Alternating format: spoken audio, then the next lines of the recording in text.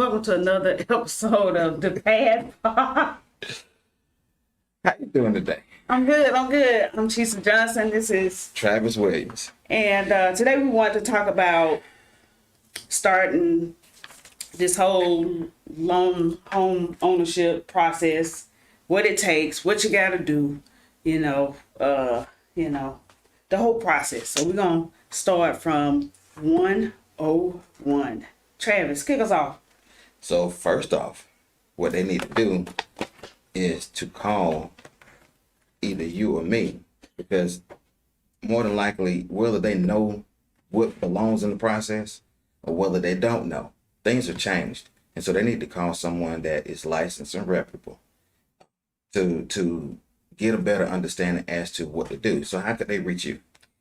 404-643-5573. And they can call me at 404-422-8568.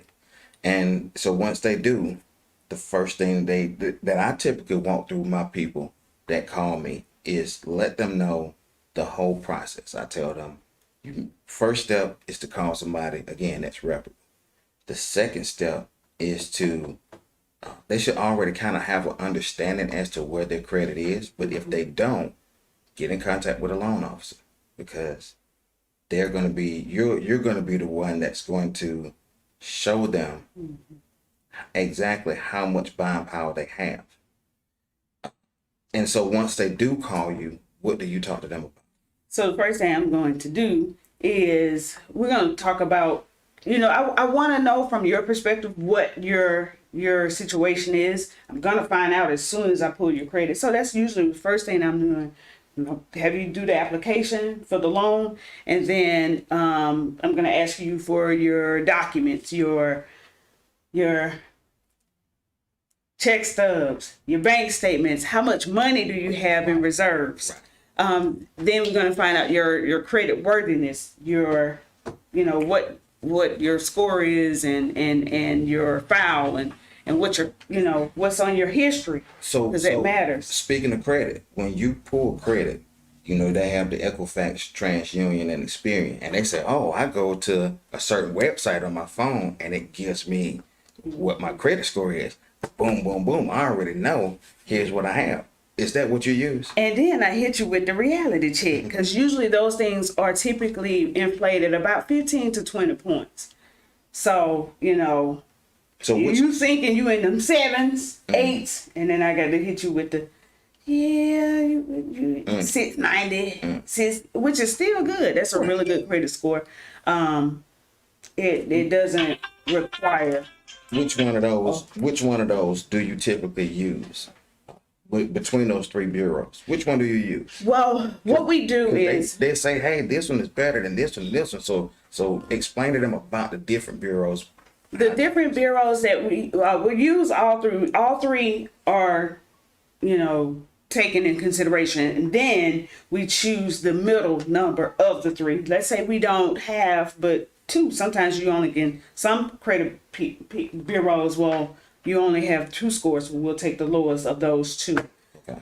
Typically, we'll take the middle score of all 3 bureaus, and that's the score we're going to use. The middle score. Mm-hmm. No matter what the highest is, no matter what the lowest is, no matter which company is whatever, you only go with the middle score. Been the middle. All right, good. So now you take that middle score, and then are you only looking at, so they say, hey, I'm making $75,000 on my job. That's good. But I got another job that I work on that I'm making another $50,000. I'm an entrepreneur, and I get, I do hair, or I'm a mechanic, or whatever it is. I'm a DJ. Whatever I do, we can use that income as long as it's documented. So basically, you need to be filing that income on your tax returns. If it's an income that you haven't documented, we can't use it, but we do have creative financing to where we could use it. As we go deeper into, this program, I'll start allowing, people, I'll start, sharing more programs that I have that we could possibly use that income that you are using from your your secondary job, or secondary even if job. it's their primary job. Even if it's the primary, we can still use it. Okay. So now, Figure out a way to use it. so now I've run across some people that say, "Oh, I got a nice down payment I want to put down. I have 20,000." I said, "Well, is it in the bank?" No, no, no. It's in my safe. It's in your safe. Well, we got to get that money in that account some sort of a way. Do not put it all in there at one time. You know, basically, we would need that money to be seasoned. Meaning it needs to be in the account for the last 2 months. 2 months. 2 months. Got to let it sit there for 2 months, or we can ease it in. Okay. You know, little by little. Okay. So now they've gone through those hurdles. They've gone through. You all have talked through everything. They've done the application. Now it's time for the big reveal. What they get qualified for. Right. So on average, is there a I know there's a formula. I mean, I know there's a formula on the back end of how it all gets calculated and everything. Right. But let's put this in layman's terms for someone. Will someone that has decent credit, meaning above the 420 middle score, at least I say about I'm sorry, not 420. I meant to say 620. Let's say about a six. Let's say about a 675 ish kind of number. If that's that low, then you know what, they need to just keep going and just call back later on. But someone that has a decent score at about a 675 ish, that averages 60, 70, $80,000. They're not in the high numbers. But how much kind of and their debt to income? Yeah, that's what it's really gonna boil down to. How much monthly debt do you have? So basically, your debt to income plays in that. That's a huge factor in what you're gonna qualify for. Basically, how many credit card bills you have, how many car notes you have in your name, Any other bills? your child support. That's a bill. That's a bill. We're gonna count that all the way through. On the reverse side, if you're receiving child support, we can count that as income, but as long as the child is no older than 15. So, because it has to continue for at least 3 years in order to count child support as income. The child is 16, we can't count it. Because it's going to be income. Can't count it. So give a rough guesstimate. It doesn't have to be an exact number. Give us a rough guesstimate. Someone that has a midway DTI, that again they're making, let's say $60,000. Kind of what ballpark would they be looking at? They would be in the. We could probably get them in the. I can get them in like a real high 2s, 3s. Okay. So that kind of gives them your credit worthiness makes a huge difference. Yeah, and cash. How much cash you have to close? Because there are a lot of factors that will kind of slide that number up and down. It just depends. But just like I said, a rough guesstimate with everybody in the high, very high 2s in the 3s. So good. They finally get this letter that said that they qualify. Let's put them in the high 2s. We put them at about 280, somewhere in there. So, I say higher than it. What we're gonna always let's make it a 3. But okay, we're gonna make go it a for 3. 3. Go for 3. So where you gonna take them, Travis? Well, first of all, because you would one last thing is, and you said that cash, they have to make sure that they have their down payment.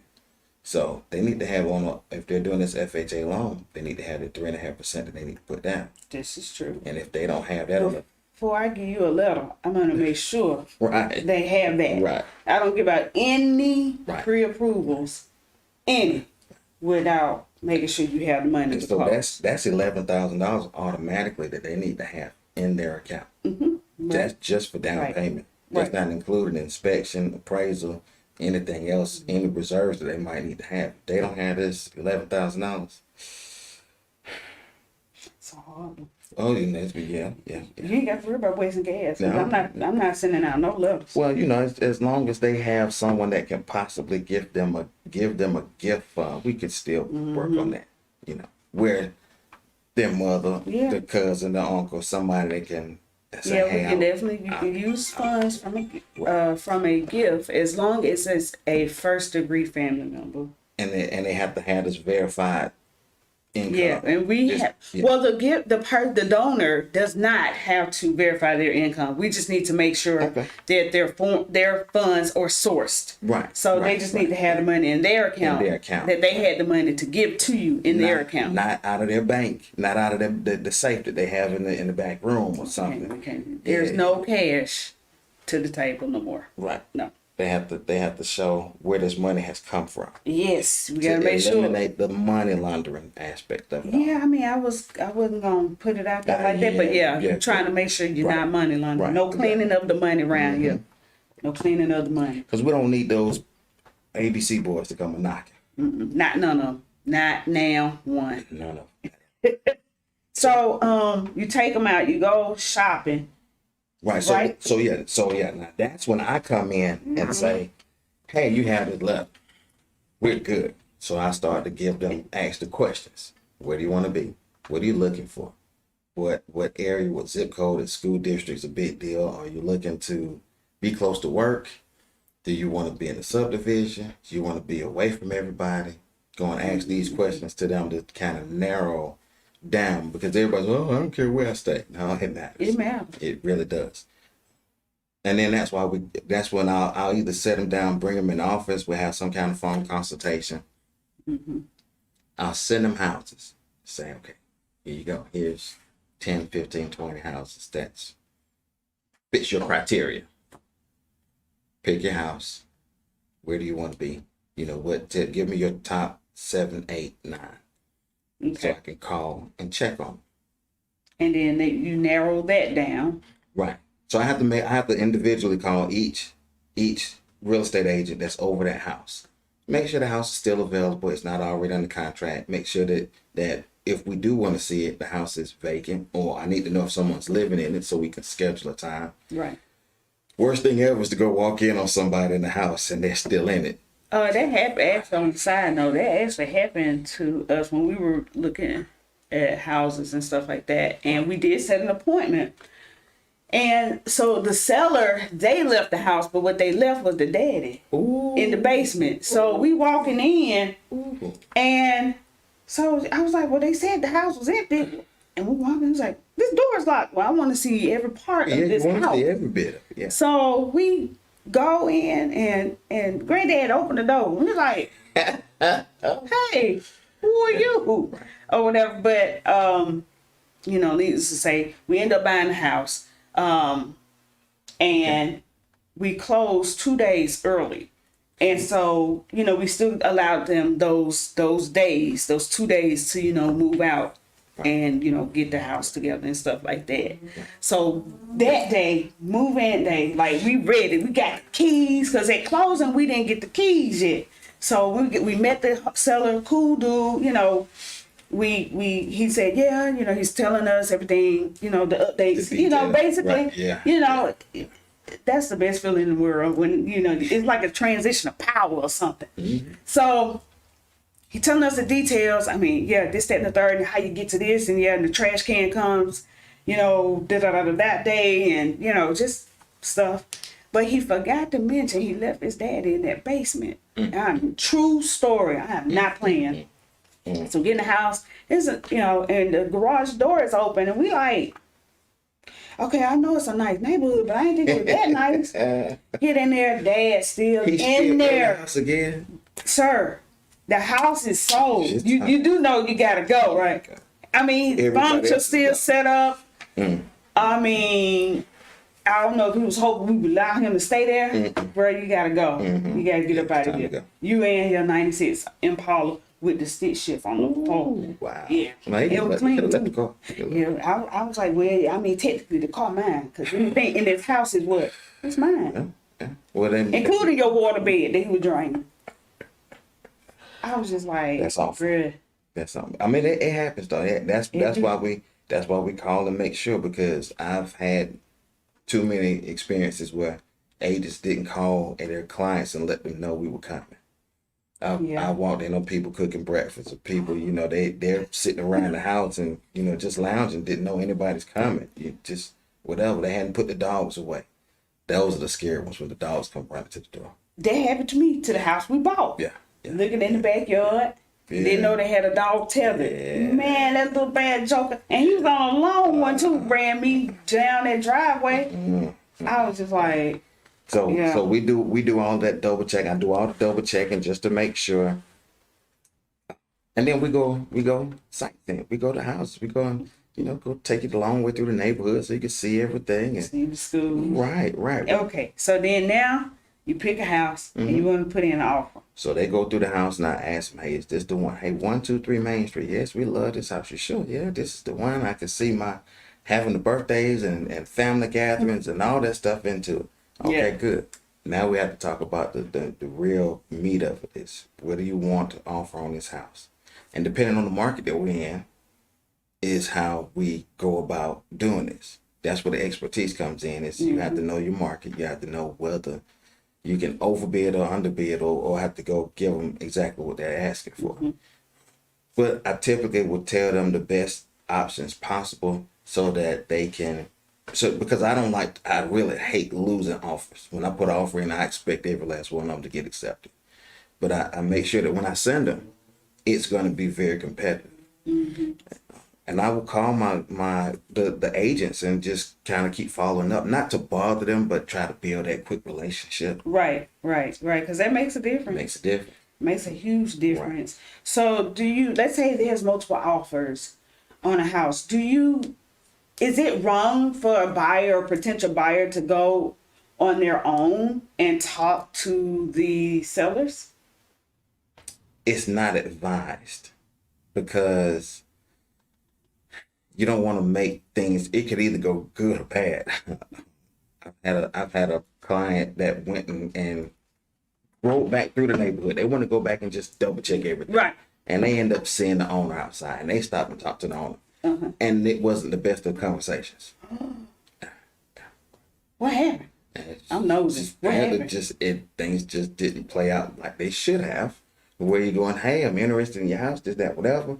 And they might have caught this person on the wrong day. Just who knows what happened. Needless to say, the offer didn't get accepted. Yeah, exactly.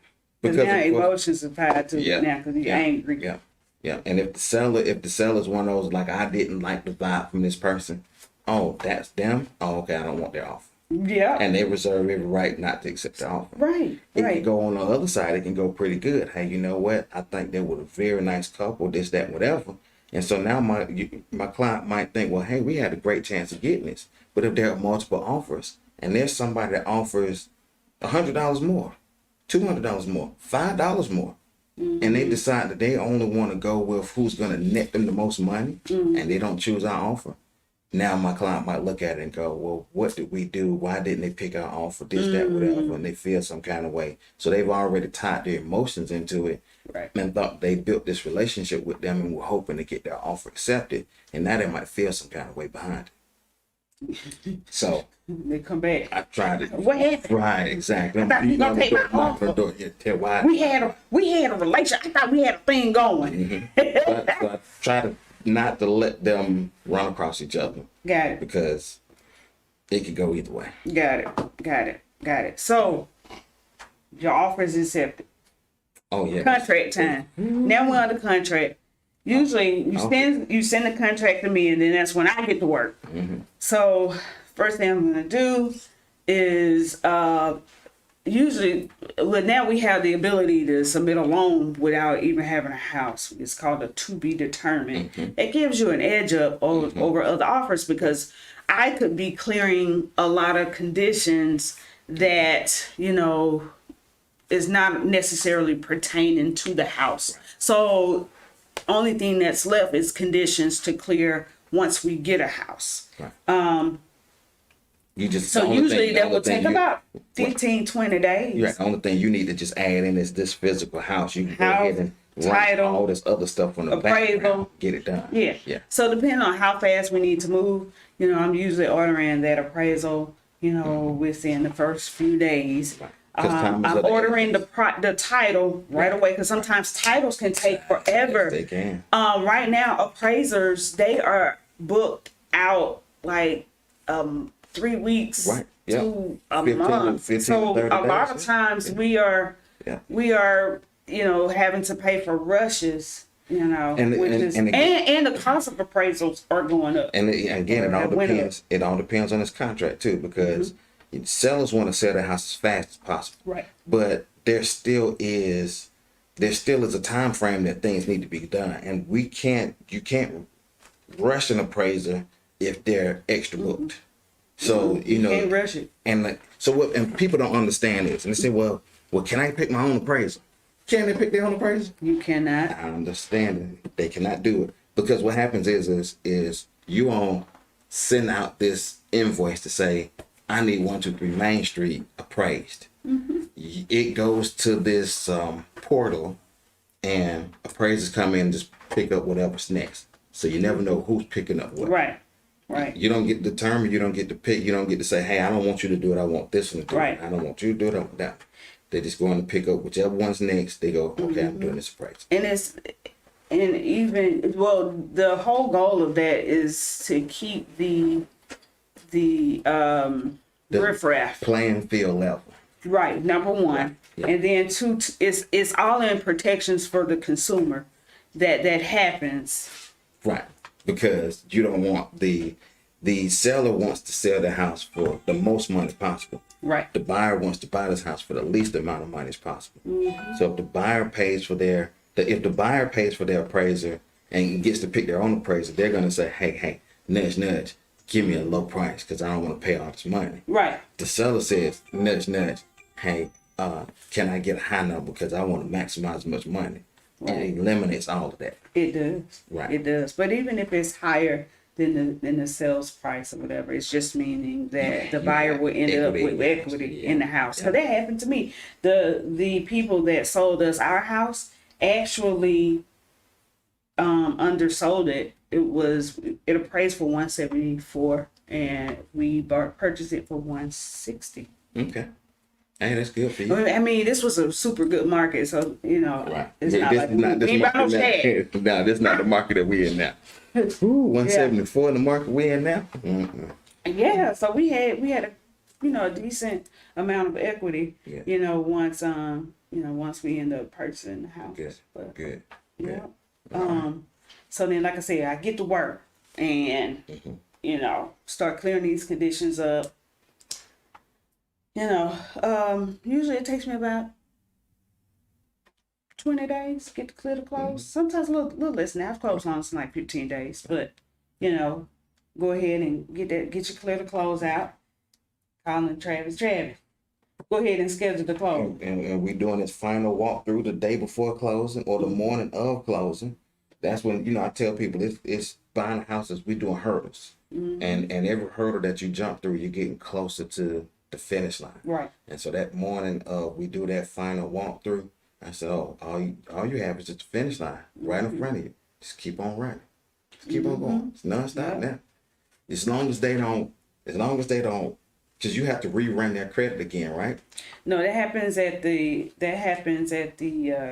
closing. So basically, the reason why that is to make sure you didn't go and purchase no furniture. Or another car or finance anything to affect their credit score. Well, not so much as the score, but to affect the DTI. And that has happened. People have done that. Right. And picked up new credit cards or lines of credit, and it throws your DTI out. Because they're getting prepared for their house. They say, hey, I need to get my furniture and everything. So let me go ahead and go to this furniture store. Then you gonna tell American signature. They gonna have to. That sale will be there. It's gonna come back. I promise. Right. But don't do that because you can pretty much kill the deal. Sometimes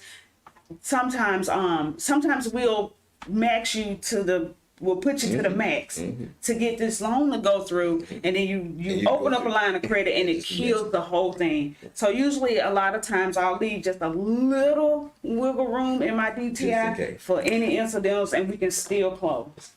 Yeah, so don't go and open up any new lines of credit once you get approved. Don't change jobs. Don't do that. Don't change jobs. I've had to tell a client because their vehicle broke down halfway through the process. And I said, look, if you can get through the next 2 weeks of not buying a vehicle, borrow one, whatever you need to do. Uber everywhere. As soon as you close, you can go and buy whatever you want to buy. Soon as you sign that last piece of paper. Yeah, because if you really love this house and you go and reflame, I need to go and get me another vehicle, and you messed up. Yeah, messed up the DTI. Yeah, you've like I said, at that point, once we qualify you, based on whatever scores, that's it. That's what you qualify for, based on that score. Yeah.